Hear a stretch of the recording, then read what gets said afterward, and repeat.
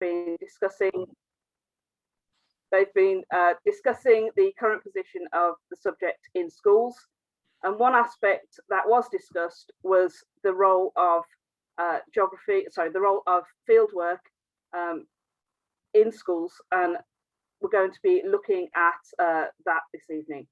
In addition to it being raised by Ofsted, fieldwork is also a common focus of questions at the last Geog Live webinar, so it is something that people do want to have that content on. So as I said, this evening we are focusing on fieldwork and place knowledge, and we're thrilled to have a range of talks about that. Anthony, could you put the next slide, please? So as you can see, this is the plan for this evening. We're aiming to finish at about 6 o'clock. As you can see from our schedule, Julia Tanner is going to be giving an overview on fieldwork. Anthony Barlow is going to be talking about approaches to developing place knowledge, and Jen Lomas and Sophie Bratt will be discussing case studies and examples from their schools. We've got a number of committee members here tonight, and we're going to be answering your questions later on. So please do add any queries that you have that come up during the talks to the chat. We've also got our Twitter, so if you want to post any thoughts on that with the hashtag JogLive, that'd be really good as well. Okay, next slide, please, Anthony. So just before we start, we'd like to remind you of some of the publications that you might find supportive in your geography planning and teaching. So the Geographical Association produces a professional journal, Primary Geography, 3 times a year, and that covers a range of themes. Subscription to the Geographical Association gives you online access at geography.org.uk to past editions, and it also gives you the 3 annually produced editions which are posted out. Next slide, please. So other benefits to the Geographical Association membership includes discounts off publications, such as those you can see on the screen at the moment, which gives you further support, subject information and support with leading geography. And you're also able to access a wide range of online content through subscription as well. Next slide, please. We'd also like to let you know that Leading Primary Geography, which is one of the most recently published texts on primary geography, is now available via the Geographical Association online shop. Okay, first however, I'm going to pass to Julia Tanner. So Julia, over to you.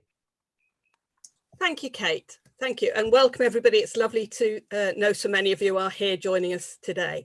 As you know, our focus tonight is fieldwork.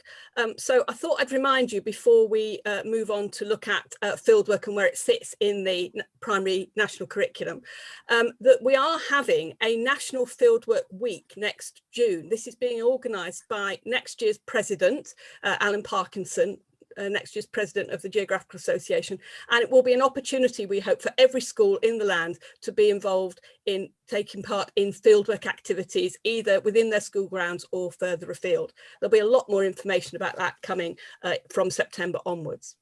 And 2 other Geographical Association publications I thought you might be interested in because they're particularly relevant to today. These are 2 very recent CPD packs that the Geographical Association has produced. These are packs that are downloadable, and they're intended to support subject leaders in providing subject-specific CPD for their colleagues in school. They contain sets of activities that can be done either in an emergency, 15 minutes, in an hour, or in a half day if you were lucky enough to have a half day. So the first one has been written by Paula Owens, and it's looking at fieldwork, how and why do fieldwork. And then the second one is written by myself, and that one's called Progression in Fieldwork Experiences, and that's looking particularly at how we build progression into the curriculum from the early years through to the end of Key Stage 2. Okay, could we have the next slide, please, Anthony? So I've started with a quote from Ian Friedland's recent publication. Ian is, of course, the HMI, lead HMI for geography, and his recent blog about geography in outstanding primary schools contains the sentence, "Fieldwork is vital to geographical practice."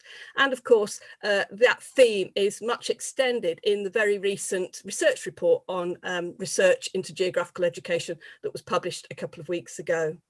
So the first question really is, why do we do fieldwork at all? Well, fieldwork is memorable, And through memorable real-life learning, children build up the knowledge that they need that can help them to understand the processes which shape our environment. And this is a point made at some length by Ian in the recent research review.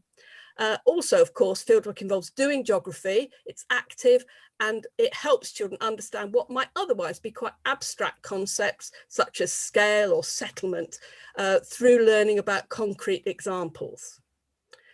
Another very important reason for doing fieldwork is that it empowers children through authentic learning activities. There are many, many ways in which children can take part in real inquiries which have real purposes, real outcomes, real audiences. And this is very empowering for children as young citizens able to act in the real life world. And of course, it's an opportunity to learn and practice and apply all those geographical skills, fieldwork skills, mapwork skills, data handling skills, analysing visual data, and so on. And as Ian points out in his blog, it's fun. Next slide, please. Thank you. So I'm going to be speaking about a couple of key points in a recent article I published about progression in geographical fieldwork experiences. And this diagram is part of that. So this shows 2 dimensions of fieldwork experiences that we would hope all children get a chance to have while they're in primary schools. So on the vertical axis there, you've got some fieldwork experiences might be pupil-led, others might be teacher-led. And across the bottom, you've got some fieldwork experiences might be about measuring and quantifying something like a traffic flow, perhaps, or on the right-hand side, they might be much more about people's emotional response or engagement with a place. And I know that in the examples that Jen and Sophie are going to give from their schools later on, you're going to see examples of things from across these 2 spectra. Next slide, please, Anthony. Thank you. So one of the points made very strongly indeed in the research review of geography is that inquiry-based fieldwork enables children to build knowledge of location and knowledge of place, and makes the learning real for them. So this is an extended description of what inquiry-led fieldwork involves. It starts with not only asking questions, but also deciding on how to answer them. And then from that, moving on to planning the fieldwork. And then, of course, actually collecting the field data. This might include observing things, describing them, measuring, identifying, classifying, naming them. And it nearly always involves recording the data, perhaps on a base map, or completing a survey by taking photographs or a sound recording, completing a data collection sheet. I'm going to come on to the many different fieldwork techniques in a moment. And as Ian Friedland points out very strongly, there's no point in collecting field data unless you're going to do something with it to answer the questions that you were asking in the first place.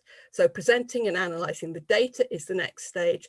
And then finally, of course, everything makes sense if children know from the outset that they are going to have a real audience that they are going to communicate the results of their inquiry to. So next slide, please. So this is the inquiry cycle in geography.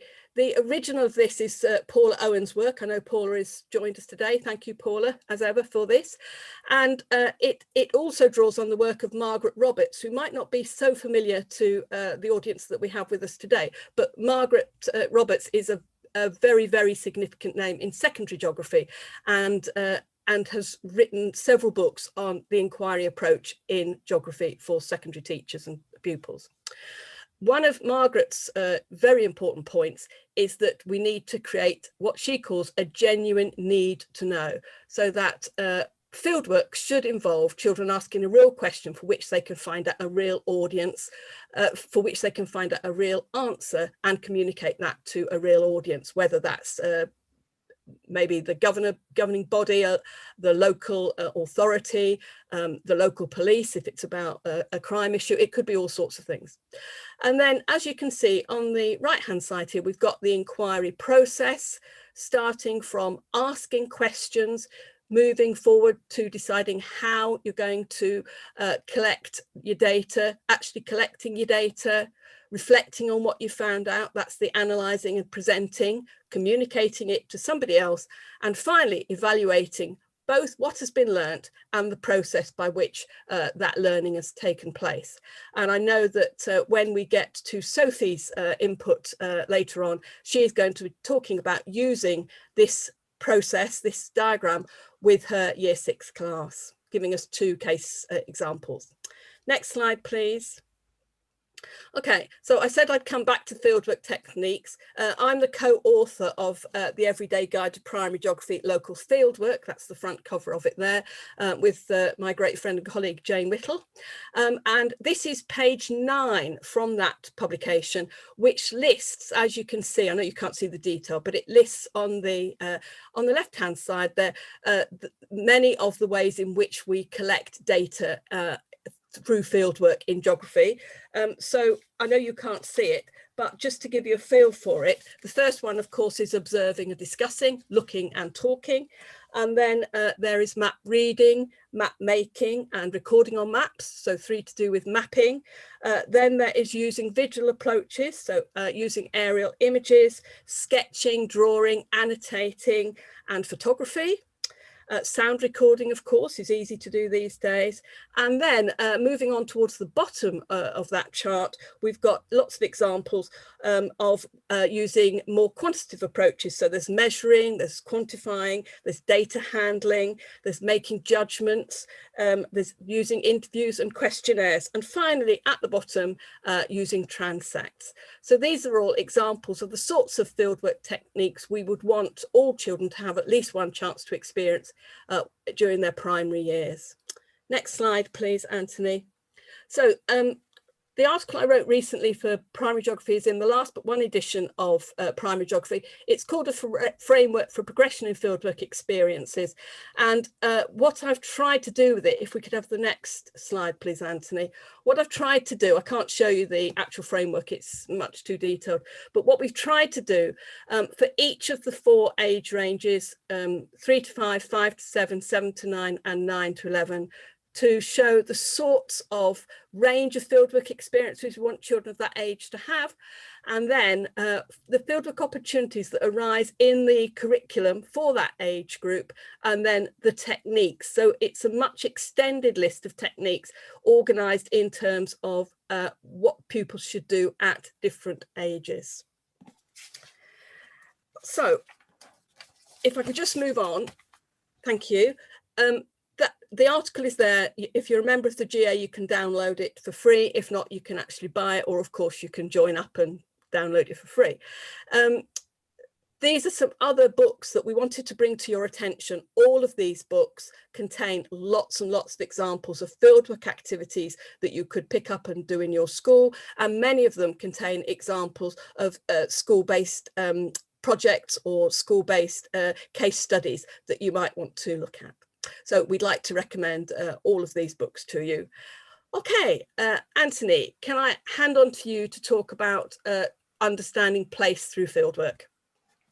Thank you, Julia. And again, if you're just joining us, a warm welcome to you. It's really good to have you on board from the members of the Early Years and Primary Committee. So I'm Anthony Barlow. I work at the University of Roehampton in initial teacher education. You can see my Twitter handle there, and I'm the co-author of one of the books on the previous page, Mastering Primary Geography, published by Bloomsbury. What I want to start off though with is thinking about fieldwork and thinking about it through the lens of you and your experiences, because I want you to think about bringing your experiences to the classroom and celebrating those and reflecting on those formative experiences. And I'm going to read you something that was written at the weekend, published in the Financial Times, written by Michael Palin, and I owe a great debt of gratitude to Alan Parkinson, current president or future president of the Geographical Association, for highlighting this.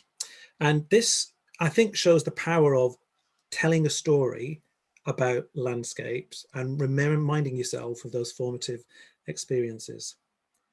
Traveling is driven by curiosity. You could replace the word traveling there for geography. Geography is driven by curiosity.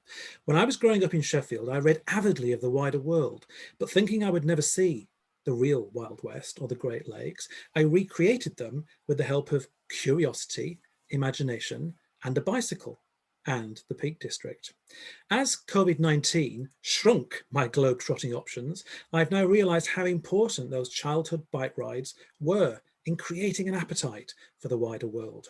Over these past months, I've rediscovered the pleasures of travel in miniature, the rhythms of natural and human life to be found each day within minutes of my home.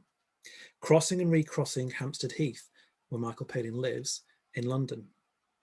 It might sound repetitious, but repetition has taught me that nothing is ever the same compared to the last time. Now, as we near high summer, the ponds in front of Kenwood House are brimming with ducks, geese, moorhens and coots fighting for space in which to bring up their families. In the depths of winter, I get equal pleasure from a robin skittering about in dead leaves. Travelling, geography, is not just about ticking boxes and moving on. It is an exercise in observation, in opening eyes and ears and taking in what is special about where you are. So that's my kind of starting point for what I want to talk about in terms of fieldwork and this notion of inquiry. And I want to try and pose this question to you. What is your locality like? And I want to share with you 5 free approaches to developing place knowledge. So in the Ofsted Research Review, fieldwork has its own section, but its importance is really spread throughout. And in the research review, the Geographical Association is cited in terms of the website, and it talks about concepts in geography, first-hand geographical concepts, going out and about and finding those spatial patterns, finding out how people, how places and environments are organised on Earth from a very local level. Because taught well, Ofsted say in the research review, spatial thinking develops a meaningful sense of place, an appreciation of the interconnectedness of the world and of the subject. So it talks in the research review about thinking like a geographer, and that's what we're going to be exemplifying today wherever we can. And what we need to do is think about what those case studies are. What are those stories of locality, stories of what's near you that you're going to be telling the children? And sometimes you need to think about your own stories and what those stories are so you can share those with children, as well as, and in the case studies we're going to see, you're going to be hearing about the stories that the children are coming up with as well. So all the time we're trying to develop the connections between the geographical processes, and that might be a scary concept for you, and we can certainly talk about what the processes might be locally in the Q&A, between the processes and the location, because then when you start to talk about those, a lot becomes revealed that might well be hidden. And as Ofsted say, the more they go out there, pupils remember more of what's been taught. So what I'm going to try and talk about in these 5 top ideas, 5 free things that you can do, is to try and show you there's an interplay here, to try and unlock the geography. That's what the key is all about. To try and unlock the geography, you need to find the interplay between the human and the physical in the location. And that's how you develop the place knowledge. Because what Ofsted say is that fieldwork is vital to geographical practice. That's why we chose to focus on it in today's session. But in Key Stage 2 classrooms, in the schools that they looked at in the blog recently, it was weak.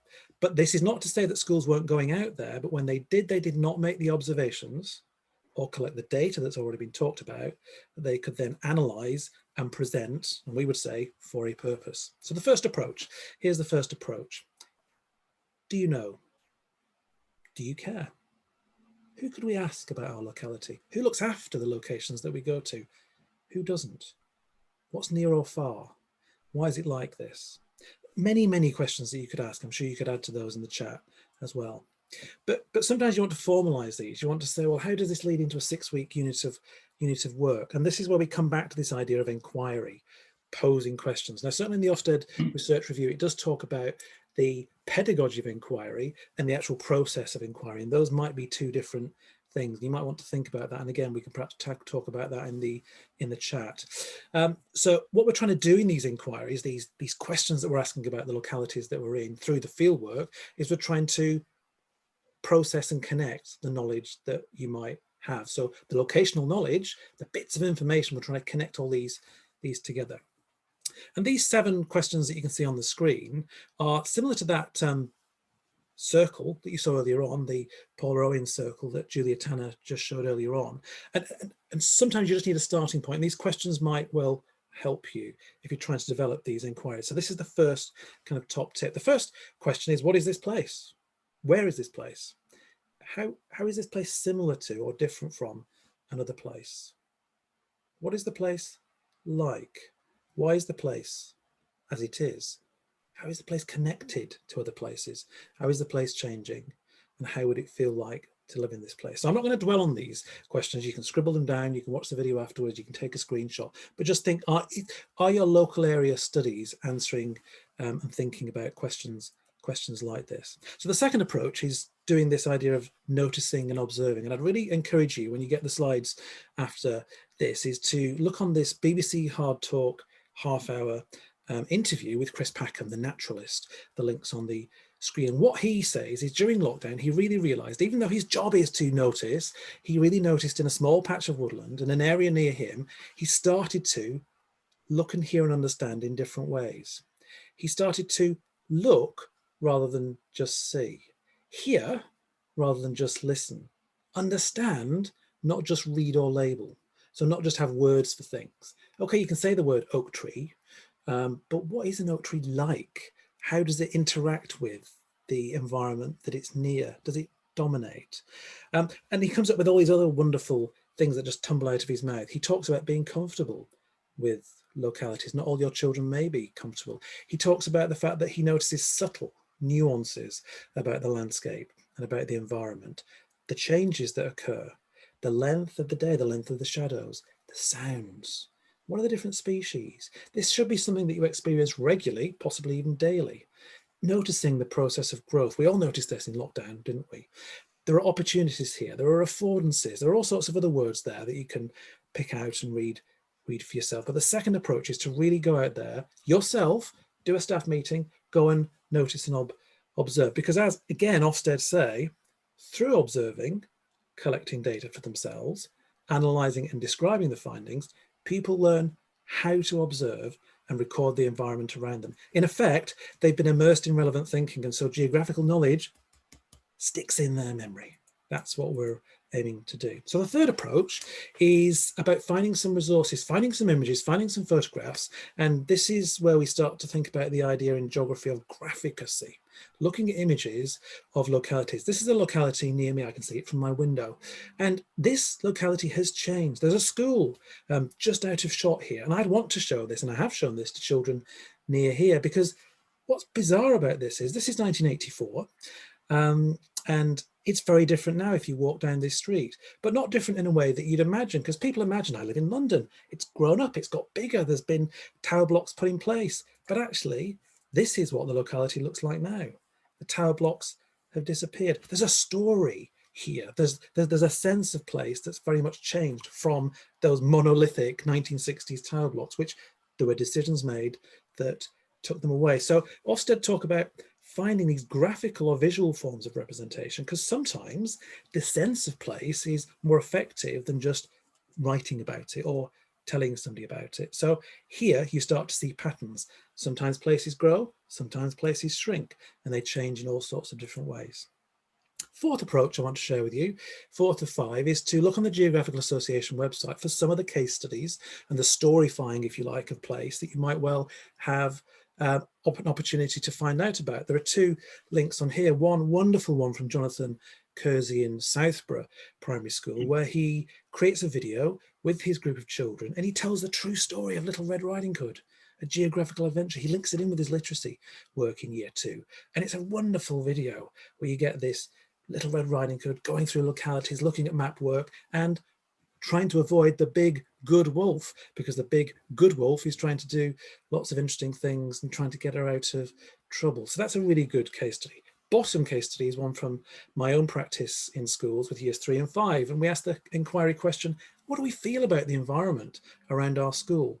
What is it like? Trying to think about the pupils' everyday geography. So this is, again, tapping into this geographical idea in the Ofsted Research Review about observing, collecting data in all sorts of different ways and analysing and presenting. In these 2 examples, presenting it through a short video or a sequence of photographs, a bit like I've suggested. But the very final one, perhaps the big winning one that you want to look into, which is free, which is from a government body called Natural England. And there's these things called Natural England character profiles. You'd not find these unless you were looking for them. And what these are where you're trying to put your local area knowledge into a bigger picture, into a context. So maybe you live in the Northwest and you want to know, what is the Northwest like? What is the geography of the Northwest? Who's going to tell you? Well, these character profiles will tell you. And there's all sorts of different PDFs you can download here. And you can see some of the high quality text, the vocabulary that you can see there. And again, ignore all the text on here, but basically what these documents are telling you is, what is this landscape like through time? What is it like today?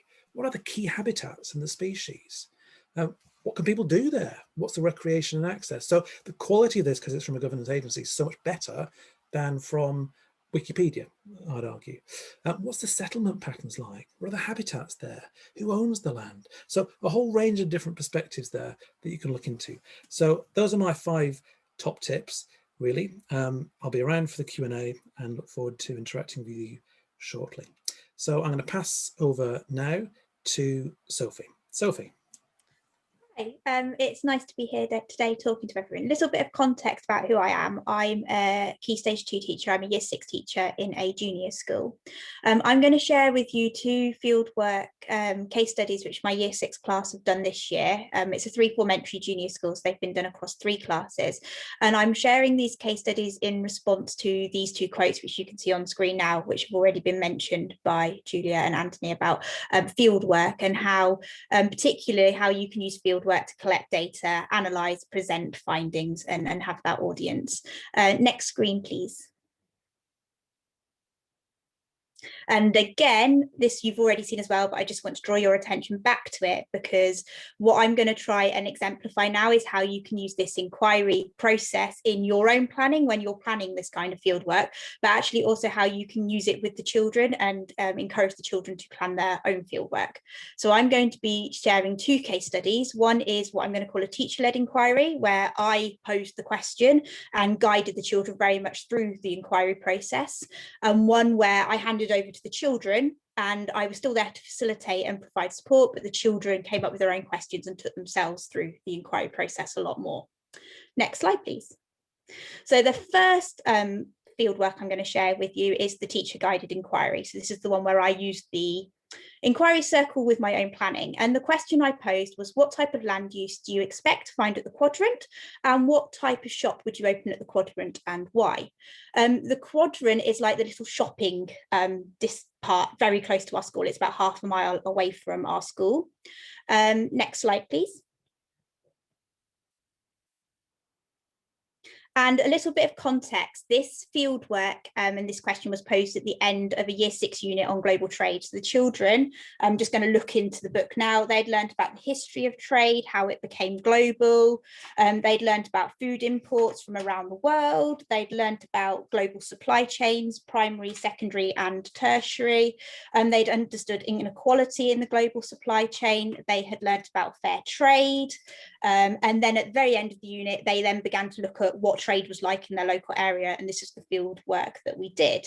So the very first thing they did after I gave them the question was they began to predict what land use types they would find in the local area. They were familiar with the 5 key land use types because they learned those in Year 4. So we recapped what they were, and the children decided that they would be very likely to find transport in the form of a car park, that they were going to find commercial in the forms of the shops, and residential above the shops because they know that there were flats above the shops. And they knew this already because they're all mostly, when I asked them, they had all been to the quadrant. We did have to do this field work virtually this year because we were in lockdown. So then we visited the quadrant virtually through Google Earth. When we arrived at the quadrant on Google Earth, the children had talked about in the class beforehand the different types of commercial shops they might find at the quadrant, and you can see here on the tally chart they'd listed and color coded the shops. As they then went round the quadrant, they had the map, which you can see on the screen, which was printed from Digimaps for Schools, which is a fantastic resource that I really do recommend if you don't have it already. And they went and looked at the shop and they decided what type of commercial property that was, and they recorded it onto their map. This is one example. Some children then took this further because they finished and they began to widen out of the area and began to look at other land uses around a wider area of the quadrant as well. Next slide, please. When we got back to the classroom or left Google Earth in the classroom and moved ourselves off our iPads, the children then analysed that data into a bar graph, and you can see one of the bar graphs which the children drew on the screen now. And then we had a class discussion about what they found out. We actually had a class discussion about how they knew Google Earth was slightly out of date because there were some vacant properties which weren't pictured on the Google Earth, which they were talking about how often is Google Earth updated, and we had loads of conversations about that. And then eventually they decided what shop they would open at the quadrant and why, which drew out some really interesting discussions. And it really showed the children who were thinking about what shop they would go to, and some children were beginning to think about what shops the wider community would want to go to. Some of the children were thinking about what other people might be doing in the quadrant. So when they go here, they would step out of the church, and when they stepped out of the church, they might want to get a coffee. I remember one of the children having that discussion. So it brought out some absolutely fantastic discussion. And we did this one in the spring term. Next slide, please. So after they'd been through that inquiry circle, very much led with me, and I'd guided them through the step of each step, the children then in the summer term went on to their own fieldwork, which was at the end of a unit on sustainability. Next slide, please. So I'll give you the context of where the fieldwork came in the unit again. The children had done a unit on sustainability. They'd learnt about the consumption of resources. They'd learnt about the definition of sustainability. They'd considered if they thought themselves were sustainable, they'd analysed their carbon footprints.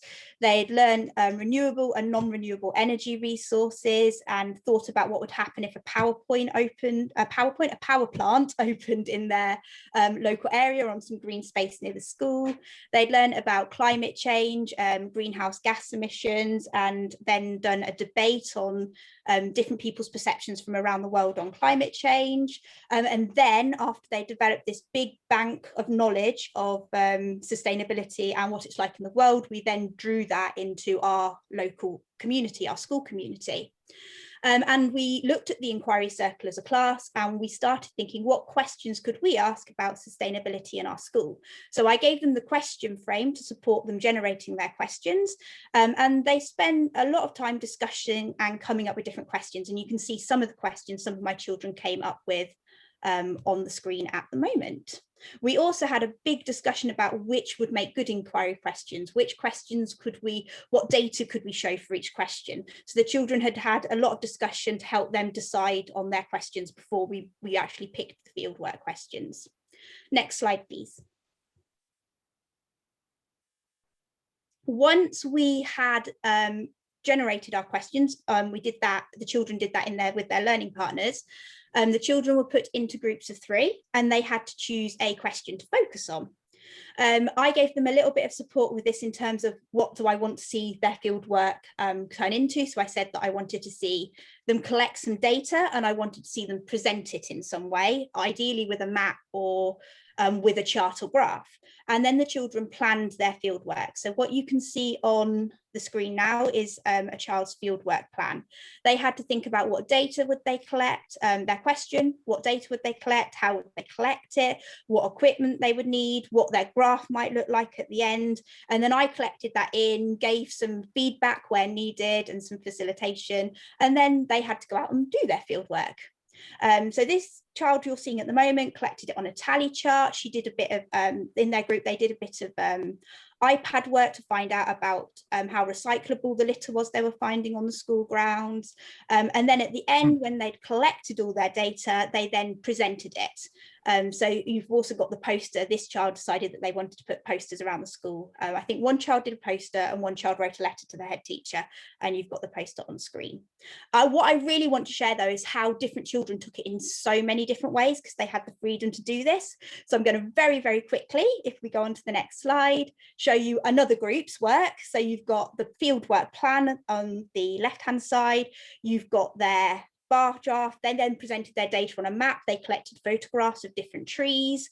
They had a tree identification sheet, so they could go and identify the trees in the environmental area. They plotted the location of the trees on the map, and then they wrote a letter to the head teacher asking for more biodiversity in the school grounds, wanting more trees, and why the trees, a greater diversity of trees would benefit our school. And then I've got one more example from another class, just to show you how that was then replicated in different ways across year 6.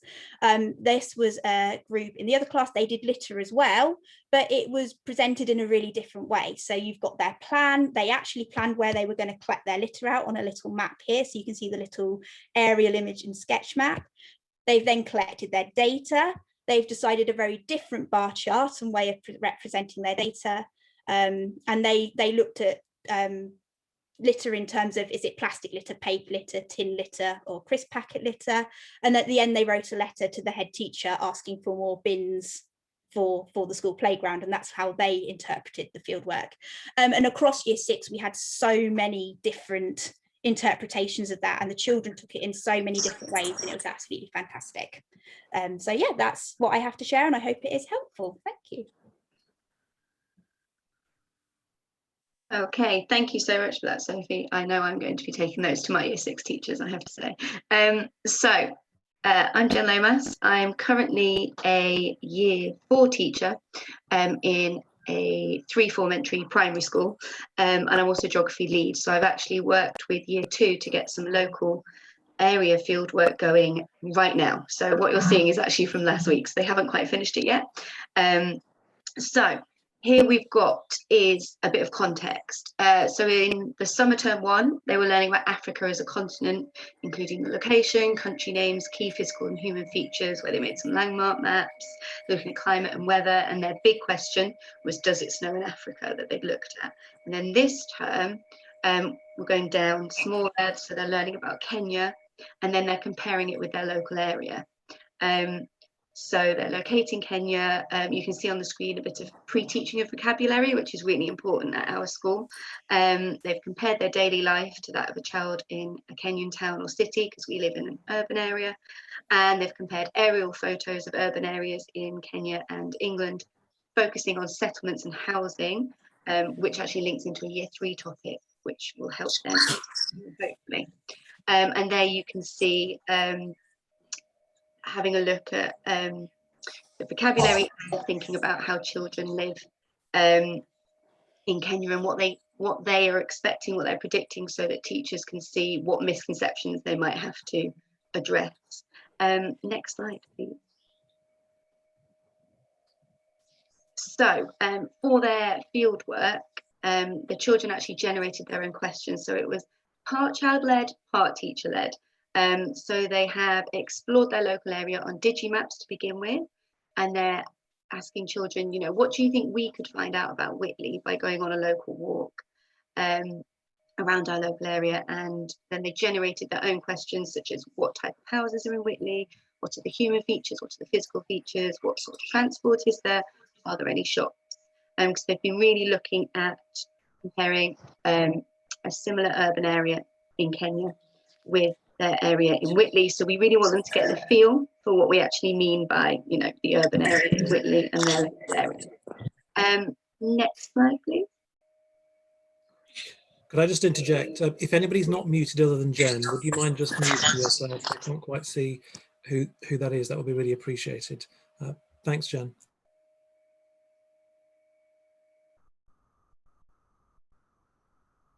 So after generating their questions and thinking, what are we going to do on this field work, they went out last week when it stopped raining, thankfully, and they took photos of lots of physical features, lots of human features, and anything that kind of helped them answer their questions. It was done a little bit differently because we have 3 classes, but all focusing on physical and human, and looking at types of houses and shops specifically. And then they came back to class and they sorted their human and physical features as a class. As you can see here, that was then replicated there. So these were photos that children had actually taken, and then they sorted them in groups, I think, when they came back to the class. And then the next slide, please.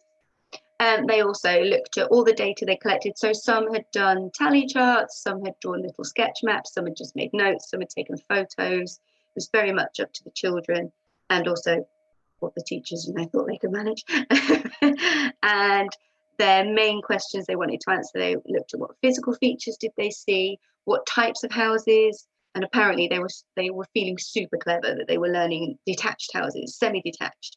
They know Tudor houses because they've done that previously with the Great Fire of London, so linking it all in with prior learning, terraced houses, human features, and then they're all really interested in what kind of shops there are, especially, the ones they always go to, like the fish and chip shop. And there was a big discussion about who goes to Aldi, who goes to Morrison's. Oh, I didn't know that, my mum works in Morrison's. And there's lots of lovely discussions you get that come out with the children. And then next slide, please. And then some children decided to write notes about what they found out. So those children that are more confident with writing in year 2, as you can see, wrote some really interesting things. Some children were looking more at the flowers, some at the different types of houses, some at the shops. Other children didn't choose to do that, which is absolutely fine. And they maybe drew some sketch maps or drew some pictures. And then this is where we're up to now. So the end point, hopefully, on the next slide, please. They will eventually be creating a messy map, so almost like a model map of either, so they're going to be in groups. So some will do an urban settlement, some will do rural, and they'll either do a Kenyan one or one in Reading, where we are. So they're now going to go on a virtual field trip via Google Earth to a comparable area in Kenya. And that's not because of COVID, that's just because we're not taking a load of 9-year-olds to Kenya. And then they're going to be looking for similarities and differences and comparing the two. So are there similar settlement shapes? So if you look at lots of different villages in Kenya, lots of different villages in the UK, transport routes, the materials used for building, lots of different things to be comparing. And then making it like I don't want to say stereotypical, but for learning from what they've learned with their patterns that they've seen, designing what they think would be a good urban area or rural area for Kenya and for Reading. And just there, a little note that said that the discussions that came out of the field work, the number 5 and 6 buses went past. So then, and that class then went on a huge look of transport routes and, oh, which bus do you get on to go to the shops? Oh, I get on. And loads of lovely discussions about how we're, interconnected with other areas, not just a very small local area. There was about road signs, shops that there were there, shops that they wanted there, different parks, the fact we have a swimming pool, a church, all the facilities that are in your local area. Loads of different discussions came out. And I know my teachers are very excited to go off in a bit of a different way to then come back together to do their messy maps at the end. And they're all going to compare, because we've got 3 classes. They're all going to be comparing if they all came up with the same ideas, if they came up with different ideas and why, and doing lots of discussion around that. And that was a very quick whistle-stop tour around my current year 2's fantastic fieldwork in the local area. I thought it was really interesting, that we came in via the topic, if you will, of Africa. So you don't always have to come in from looking at your local area. You can make it link with other things and wider things if you want. But yes, that is it. Thank you. Okay, thanks, Jen. And thank you to everybody who has given their speeches. I think it's always really fascinating to hear about what people are doing, not only the ideas, but also to hear the case studies from actual examples from school as well. I think that's been really helpful. So thank you ever so much for our speakers this evening. Steve, you've been monitoring the chat. So is there any, I know I've seen that there's been a lot of comments coming through. Are there any key questions that have been coming through? I think it's really good that so many people are beginning to share ideas that for fieldwork that they're using. That's coming across really nicely, and people are sort of making connections with each other, which I think is great to see. A couple of things have come up which I think we could ask the speakers about. One is for cross-curricular learning for fieldwork, it's not just science. Does anybody want to make a comment about cross-curricular that's not just science? I think the link with science is a really useful one, but how can you link with other subjects? What else have people done? Julia, your hands up. Yeah, well, I would say that there are lots of fantastic links with history, going and exploring change in the local area and looking at the geography of historical sites that children might visit as part of their history study. And of course, I would also emphasise that all fieldwork involves loads of opportunities for really purposeful literacy work and really purposeful mathematical work. So I could give more. Do you want some examples, Steve? Just a couple of examples would be really nice, Julia, if you've got them.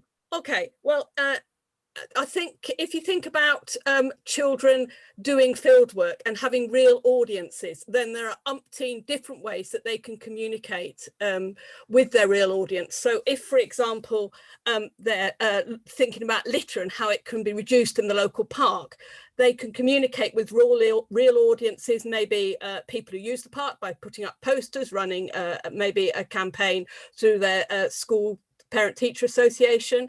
They can contact the local authority to talk about what could be done to reduce litter in the park. So they could write letters.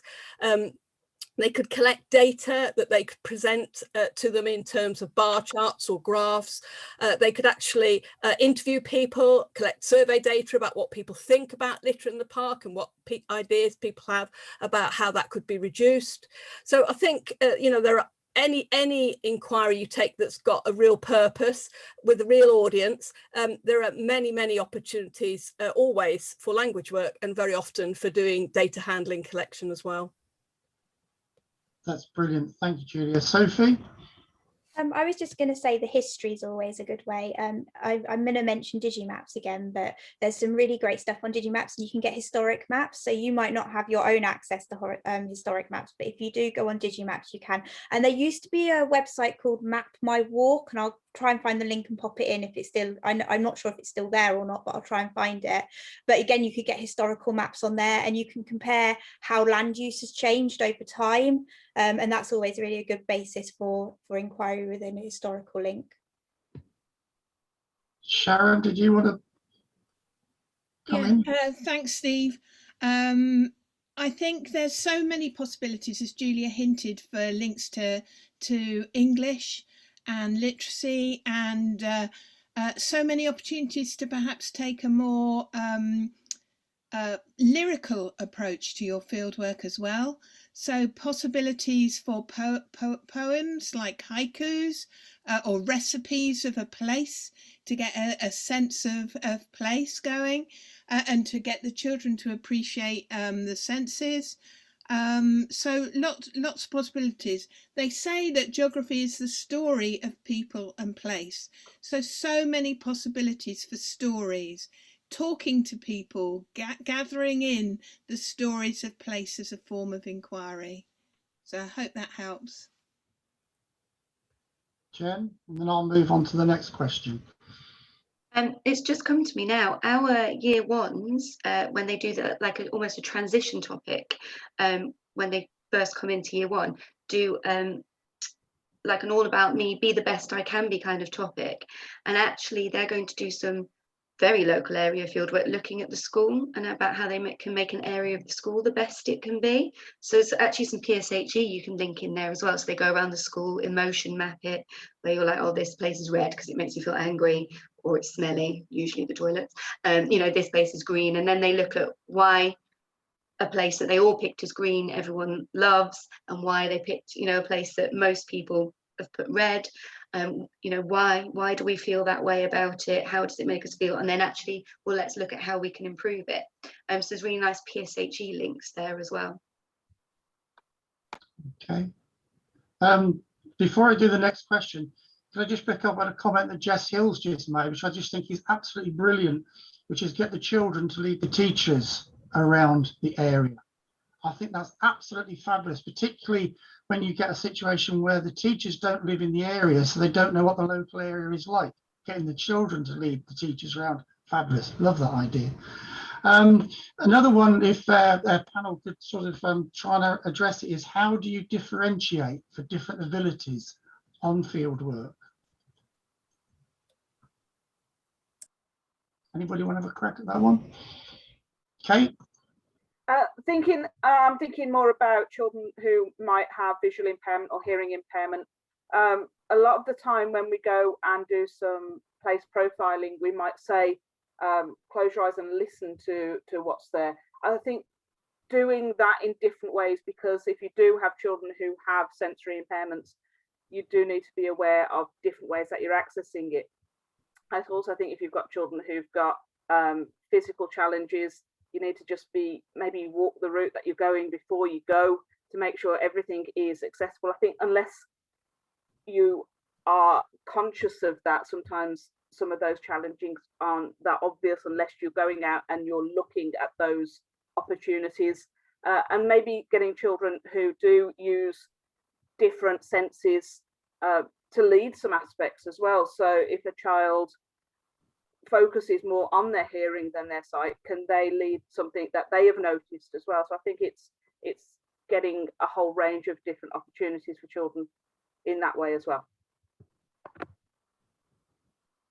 Jen? Often the children will actually surprise you as well.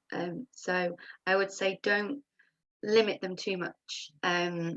So some of my best maps have come from my children that, you know, aren't the best at writing, or but also if you're doing lots of different data collections, some children might need to take photos, some are doing a tally chart, you know, some are doing drawings, pitch. And again, the child-led is fantastic as well, because they actually tell you what they're comfortable with looking at and tell you what they're comfortable with doing themselves. But don't go off what they're like in reading, writing and maths, I would always say, because I know it's really easy to do that, but actually usually those children that aren't the most engaged in those lessons just love the geography fieldwork, and they come out with the most insightful stuff you've ever heard, and it's just fantastic. Yeah, totally agree, Jim, totally agree. Anthony, did you want to come in there? Just to echo that grouping thing is so important. Certainly in the case study that I've just put in the chat that I mentioned in my session talk, point 4, the example that I showed, I really learned through that by putting them into different groups, different friendship groups, non kind of literacy focused, mathematics focused attainment groups is really key. And trying to, if you can, send them out in small groups so the quality of the talk can occur. It's that is really valuable, and the repeated visits that's really valuable. That's where you meet the needs of a range of attainers. But I appreciate, given adults, given ratios and things like that, it's not always possible. That's why doing it from your school gates, even just sending them out with a TA or going out yourself and allowing your TA to be with your class, I think is a really key thing. Sophie? I was just going to build on what everyone's been saying, but I have found the children working in trios works really well, as it gives more support. So that peer support works really well. And then the children have different ideas. So in the fieldwork examples I shared, the children shared ideas. And actually, surprisingly, some of the children I might not have said were necessarily the children I think would be coming up with the ideas and helping the other children in the group. Also just having different ways to record. So I shared some letters, but not all children recorded through letters. Some children made, for example, some children did energy and they made little covers to go around the edges of light switches, and they communicated in a non-written way through posters. Some of my children helped record an assembly with me on litter to the whole school. That was another way they communicated. They decided they wanted to share with the school, so we did a PowerPoint assembly together in class and I supported with that. Some of the children typed their letters instead of hand wrote them, to support them there, because I don't know about your classes, but my classes typing has improved so much over remote learning, so some of them were more confident with that, and some took photographs and recorded through photographs instead. So it is it's giving them that range of approaches, and being there to scaffold and support through discussion when needed, having the vocabulary up around them, maybe giving speaking frames to support with analysis if they need speaking frames, or sentence openers. But there's so many different ways you can do that. So yeah, hopefully that's helpful. Thank you. Steve, I think we've got about time for one more question because we're getting up to 6 o'clock. Just, there's been quite a number of questions about progression. I don't know whether Julia wants to say anything more about progression. You started off with that really and developed that well. Do you want to say anything else on progression, Julia? Well, the GA does have, the Geographical Association does have a progression document you can download if you want to look at that. But and that's about progression across knowledge and understanding and skills. But if you're particularly interested in progression in fieldwork, then I think I would recommend the framework that's published in the recent primary geography at Spring. It's really too detailed to say much more about it now, but it does break it down into 4 age groups and does suggest specific techniques that all children should have a chance to experience in each of those 4 age range. So the feedback that we've had about it has been very positive. People do seem to have found it useful. Thanks, Julia. Okay, brilliant. Thank you ever so much, everybody. It's coming up to 6 o'clock, so we need to start wrapping this up. So thank you very much for attending. We hope that you found it a really supportive, enjoyable, informative session. There's been lots of talk in the chat.